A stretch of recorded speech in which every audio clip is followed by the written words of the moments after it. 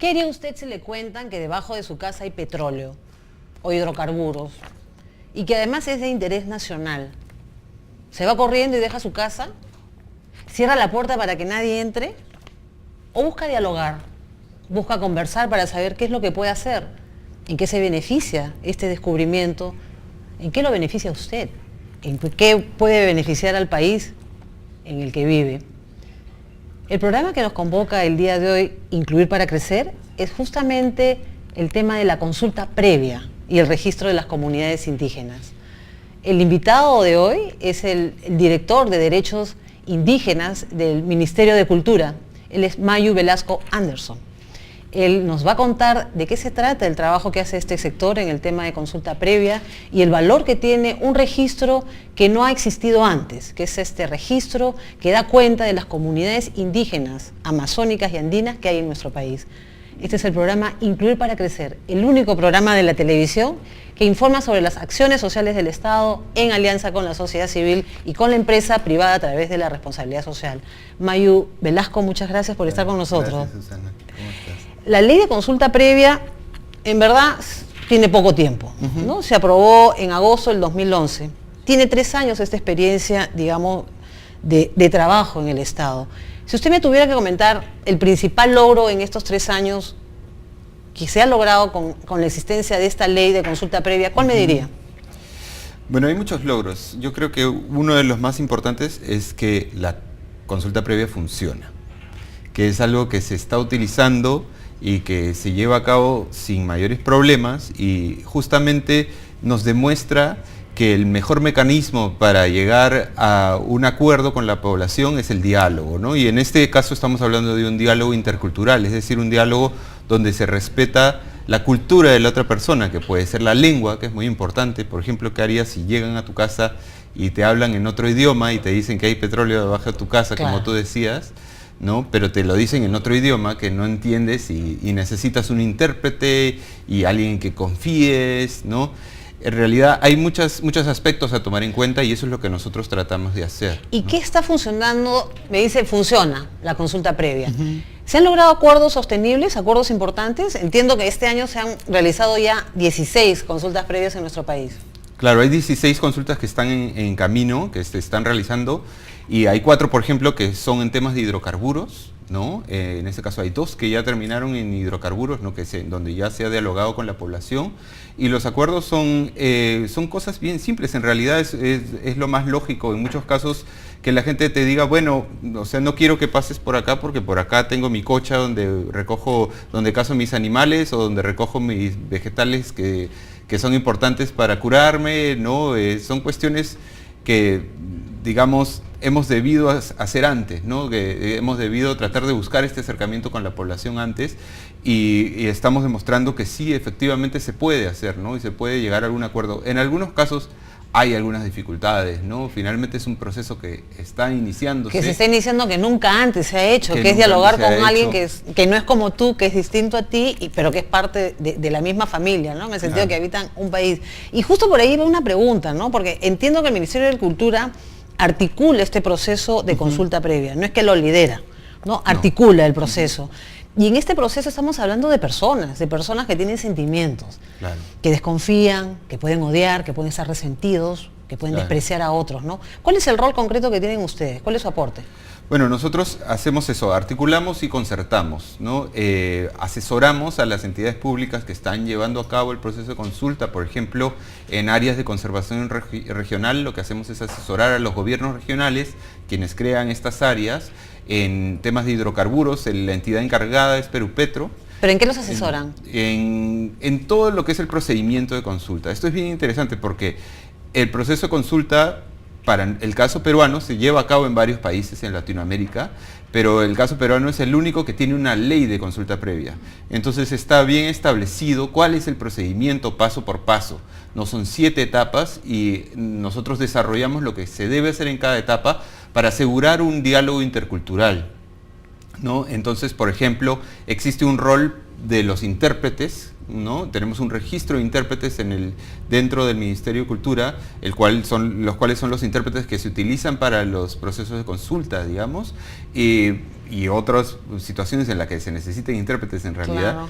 Y en un registro de facilitadores, en fin, hay todo un procedimiento que está bien pauteado, ¿no? Pero como Ministerio de Cultura, por ejemplo, le dan herramientas a los funcionarios públicos para que entiendan la cosmovisión de estas personas, de los hombres, de las mujeres, También. sus creencias, respeten el valor que tienen sus vidas, la tierra, el agua y el aire que respiran, Sí. ¿eso también? Hay todo un proceso de capacitación, ¿no? Con los funcionarios públicos para explicarles cómo es el proceso y qué es la interculturalidad finalmente, ¿no? Porque, digamos, todos funcionamos de alguna u otra manera rodeados de otras culturas y intercambiando diferentes formas de pensar, pero lo importante es generar respeto mutuo, ¿no? Y para eso es importante ser consciente de que la otra persona tiene otra forma de pensar y otra relación con su territorio, con su comunidad. ¿Qué le ha sorprendido a usted de este proceso? Por ejemplo, ¿qué ha reconocido en nuestros hermanos amazónicos? ¿Qué ha descubierto? ¿Qué he descubierto? Bueno, muchas cosas. Una cosa muy interesante es que hay muchas comunidades donde viven varios pueblos juntos, ¿no? Y pueden ser pueblos indígenas que hablan lenguas distintas, pero encuentran una manera de convivir, ¿no? Dentro de una comunidad hay un pueblo que aloja a otro pueblo, las formas que tienen los pueblos mismos de relacionarse, ¿no? Donde el Estado casi no interviene. La organización de los pueblos amazónicos es bien interesante. Y en donde la palabra es ley, o sea, no necesitas la norma, sino tú cumples tu palabra, tú me dices A y es A. También, ¿no? También poco a poco hay un proceso también de tratar de formalizarse, ¿no? De tratar de encontrar maneras en las que se puede uno relacionar mejor con el Estado, ¿no? Lo que siempre te dicen los dirigentes indígenas, por ejemplo, es que ellos no están en contra del desarrollo, ¿no? Simplemente que quieren que se hagan junto con ellos, ¿no? Que quieren justamente ser incluidos. No es que quieren estar en contra de algún proceso, de algún lote o de lo que sea, ellos quieren participar, ¿no? Y justamente la consulta previa es el mecanismo para incluirlos, para dialogar con ellos, para ver qué cosa es lo que ellos piensan sobre esto, ¿no? ¿Y cuán importante ha sido entonces crear esta base de datos que no existía? Que da cuenta digamos, de los pueblos amazónicos que hay en nuestro país, dónde están ubicados, qué importancia tiene. Ha sido todo un trabajo que hemos venido haciendo, bueno, desde hace unos 3 años. Me parece que ya se ha iniciado una recopilación de la información que había generado el Estado y en realidad muchas instituciones de la sociedad civil que trabajan en etnografías, muchos antropólogos, etnografías clásicas, ¿no? Pero principalmente en temas de comunidades o de lengua, trabajamos con información del Estado, del INEI, por ejemplo, o de las entidades que han estado encargadas de temas de titulación y reconocimiento de comunidades. Y lo que hemos Pero hecho... en Coquito dígalo, ¿qué significa? O sea, que no he encontrado números de pueblos, sino que han tenido que interpretar los datos de otros sectores, eso me está diciendo. Claro, básicamente lo que ha pasado es que de repente el Estado ha tenido que enfrentarse a esta figura de pueblo indígena, ¿no? Casi nadie entendía de qué se trataba un pueblo indígena. Hasta ahora a mucha gente le cuesta entender qué es un pueblo indígena, ¿no? Que es un concepto, una idea que parte del convenio 169, ¿no? Que viene de afuera, por decirlo de alguna manera, y lo que nosotros hemos hecho es adaptarlo a la normativa, a la realidad nacional, ¿no? Y en ese sentido, cuando tú vas al campo y buscas información en bibliotecas, en centros de investigación, tienes que empezar a rebuscar toda la información que sea posible que encaje en lo que tú crees que es un pueblo indígena. Claro. ¿No es cierto? Y en ese registro, ¿qué información hay? ¿Qué se puede encontrar? Y le hago esta pregunta porque yo quería recordarles, no sé si recuerdan la entrevista que le hice a la viceministra de Prestaciones Sociales del MIDIS. Ella comentó en un momento de nuestra conversación que gracias a este registro que había elaborado el Ministerio de Cultura, ellos todos habían decidido ya que las comunidades amazónicas fueran beneficiarias directas ya de los programas sociales que tiene el MIDIS a su cargo, ¿no? Que ya no necesitaban pues que vaya alguien a verificar si eran pobres extremos o no, gracias a este instrumento. ¿Qué información es la que hay en ese registro? Bueno, la información que se ha recopilado tiene que ver principalmente con la lengua y la comunidad, ¿no? La lengua se recoge del censo del 2007 del INEI. A todos los peruanos nos preguntaron cuál era nuestra lengua materna, es decir, con qué lengua aprendimos a hablar, ¿no? Cuál era nuestra primera lengua. Entonces es un dato clave que se tiene sobre la población que habla una lengua indígena, es decir, una lengua que existía acá antes de la llegada de los españoles. Y según ese censo, ¿cuántos peruanos es más o menos su lengua materna es otra? 16% de la población. Es decir, 1 de cada 7 peruanos aprendió a hablar en otra lengua, ¿no? Eso es lo que hoy, en el siglo XXI. Ahorita, sí. Octubre del 2014. Así es. 1 de cada 7 peruanos habla una lengua indígena, ¿no? Tiene una lengua materna diferente al castellano. Exactamente. De acuerdo. ¿No? Y en muchos de esos casos, si no la mayoría, es gente que prefiere hablar su lengua materna, ¿no? Porque eso es lo que tiene más cercano, eso es lo que entiende mejor, ¿no? Son 47 lenguas indígenas que se hablan en el Perú, ¿no? Ese es un dato que ha recogido el Ministerio de Educación, ¿no? Que también está a cargo de las escuelas interculturales bilingües. Y además de este dato tan importante de origen de la primera lengua que habla materna que tienen nuestros compatriotas, ¿qué otra información tiene ese registro? Bueno, el otro registro que toma es el de comunidades campesinas y comunidades nativas existentes en el Perú, ¿no?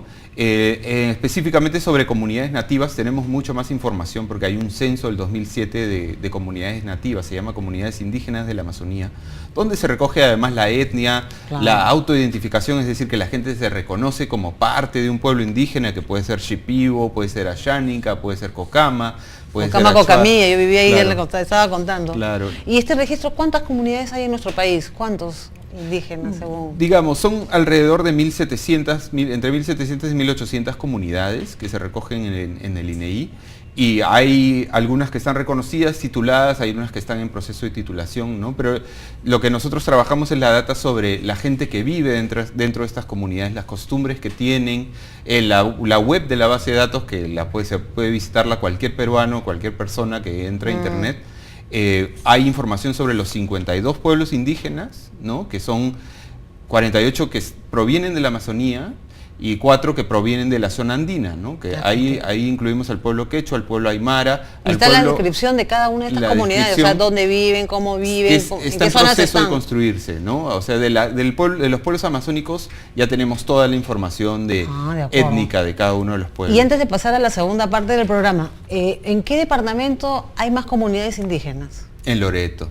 En Loreto, sin ninguna duda. En Loreto, sí. De acuerdo. Ahora nos vamos a la segunda parte para que Mayo Velasco nos diga, ¿es necesario crear nuevos espacios u otros espacios previos a la consulta previa?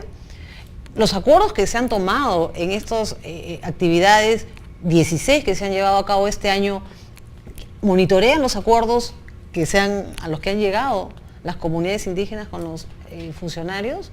Sobre eso nos va a comentar Mayo Velasco en la segunda parte del programa. Ya regresamos.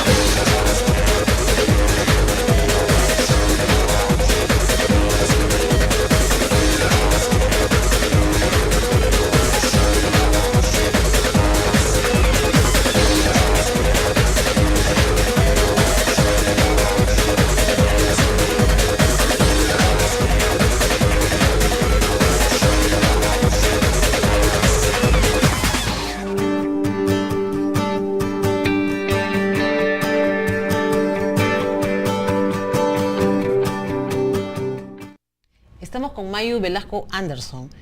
Mayu significa río, y ella me lo contó. Y él es director de los derechos de los pueblos indígenas del Ministerio de Cultura. Y él tiene que respondernos algunas cosas respecto a los acuerdos que se toman en las consultas previas. Pero antes sí, lo que estábamos hablando fuera de cámara es qué es comunidad indígena, ¿no?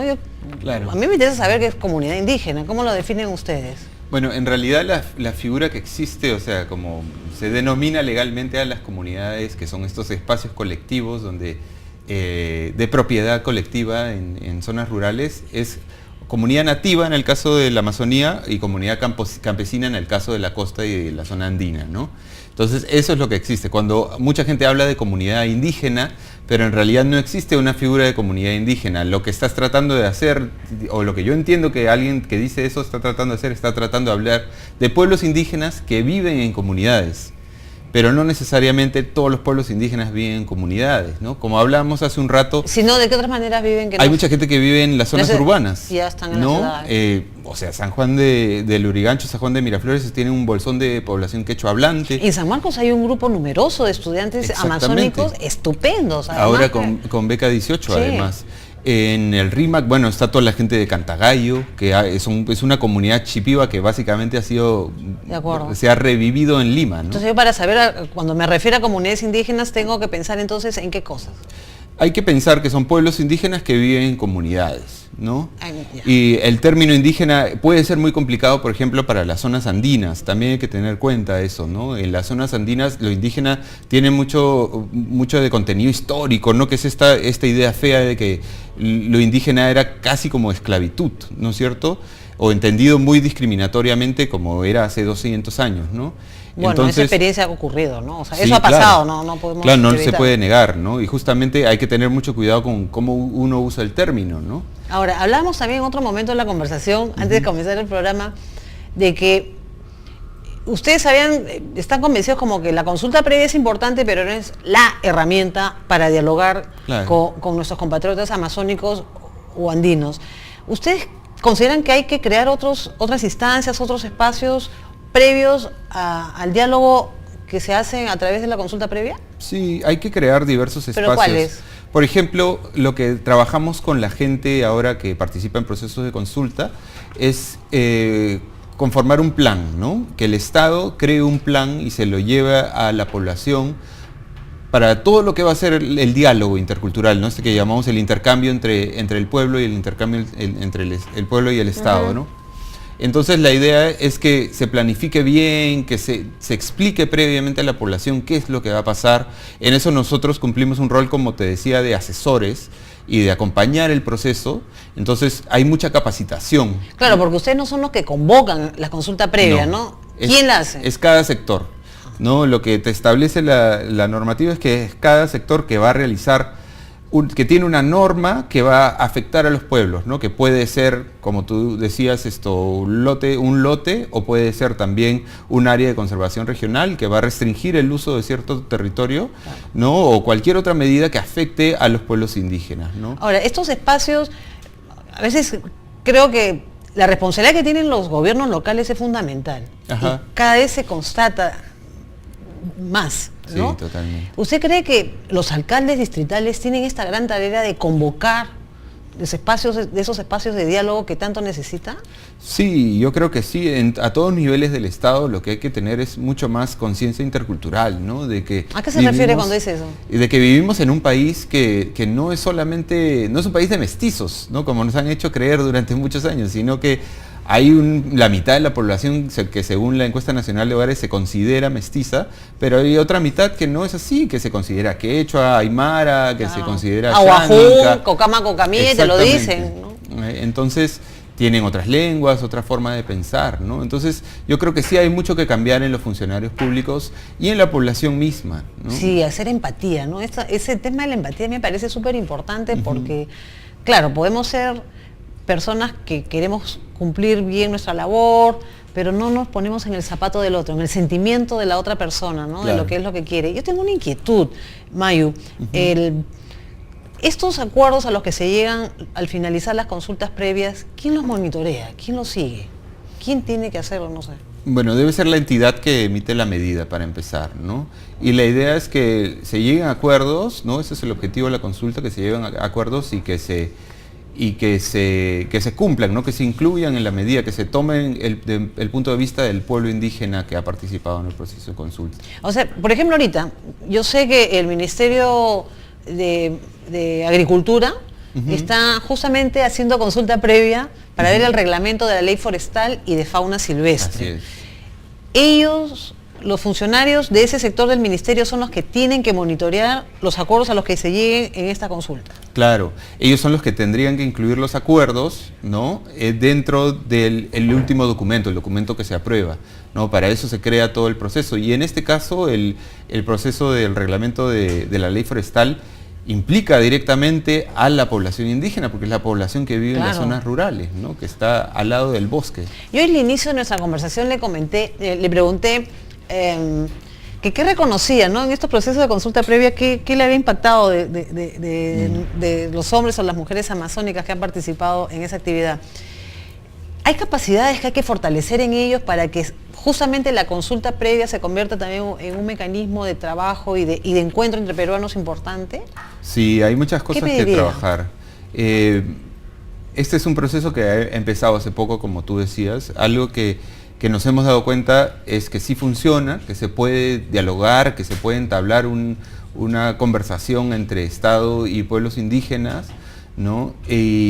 Pero sí hay muchas cosas que afinar, en tanto llegar a una comprensión total de lo que se está discutiendo, ¿no? ¿Qué cosas ¿Qué afinaría usted? Si me voy a decir 3 cosas, hay que afinar de todas maneras. Por ejemplo, tener claro que la población indígena tiene sus propias prioridades, ¿no? Sus prioridades de desarrollo que deben ser discutidas, deben ser tomadas en cuenta, ¿no? Y no solamente en el espacio de la consulta, sino que se deben generar otros espacios donde también se involucre a las organizaciones de los pueblos indígenas, tener en cuenta que la población puede tener otras necesidades, ¿no? Que no están relacionadas solamente a cómo usan su comunidad, sino falta de servicios de salud, ¿no? Justamente, educación, claro. ¿No es cierto? Justamente lo ausencia que de ahora. Servicios del Estado, como dicen. Exactamente, y es esta población, especialmente en zona amazónica, donde ha sido más difícil llegar, ¿no? El Estado ha tenido un acceso paulatino, ¿no? Cada vez ha ido llegando a estas zonas y todavía falta mucho, ¿no? Yo me acuerdo, en el 2004 más o menos, tuve la suerte, porque la verdad que también me cambió la vida, de visitar a comunidades chopjas. ¿No? En Huancavelica. Claro. Y participé en una asamblea porque te tenían que poner de acuerdo en cuál iba a ser su plan de salud. Había muchos problemas de nutrición y la votación fue a mano alzada, ¿no? Y se respetaron los acuerdos, una práctica que no es común en las ciudades, ¿no? ¿Qué rescataría de las comunidades, de los pueblos amazónicos, de las mujeres y de los hombres? ¿Qué tienen ellos que hasta ahora nosotros no los tenemos o no valoramos? Sí, como nosotros, para copiarnos de ellos, digo yo. Justamente ahora que mencionas el tema de salud, hay una experiencia bien interesante acá nomás en el Hospital Loaiza, que es de un médico que habla quechua, que decidieron abrir una atención en quechua. Sí. Y se llena, o sea, hay una cola inmensa porque hay muchas personas que se quieren atender en quechua, prefieren que le hablen en quechua a que le hablen en castellano, ¿no? Entonces hay que reconocer eso, ¿no? De las comunidades, que ellos tienen pues su propia manera de pensar y su propia manera de llevar a cabo sus prácticas, sus costumbres y su propia manera de hablar, ¿no? O sea, no se les puede discriminar porque tienen acento, porque no hablan bien castellano, porque no escriben. ¿Hay alguna experiencia que lo haya conmovido usted? Muchas. Simplemente ir a una comunidad nativa que algo que lo haya hecho sentir orgulloso de ser peruano y decir, pucha, qué bien que hayan cultura amazónica en mi país. Sí.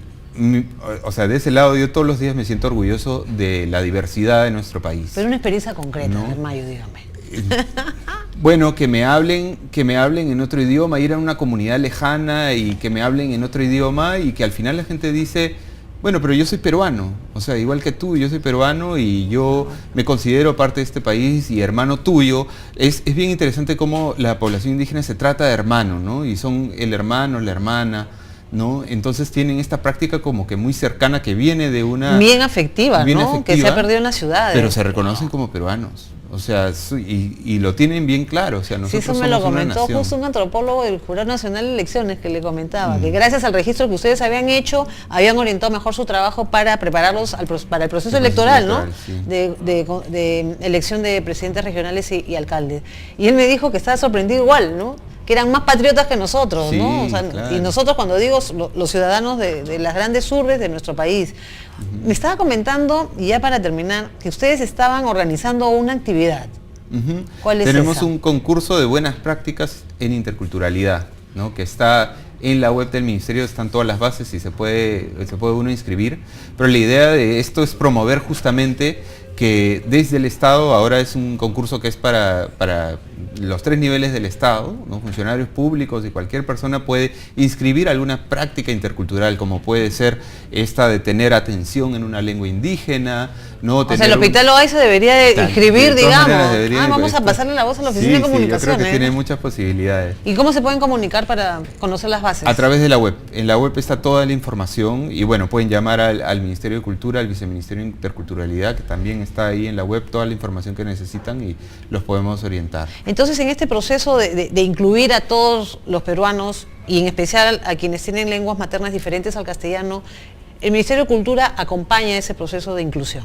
Sí. Ese es el rol de ustedes. Ese es nuestro rol y promoverlo, ¿no? Crear estos concursos, crear la opinión pública que se requiere, ¿no? Para poder impulsar esta inclusión con interculturalidad. Y están vigilando o monitoreando que el Ministerio de Educación, por ejemplo, efectivamente desarrolle una educación intercultural.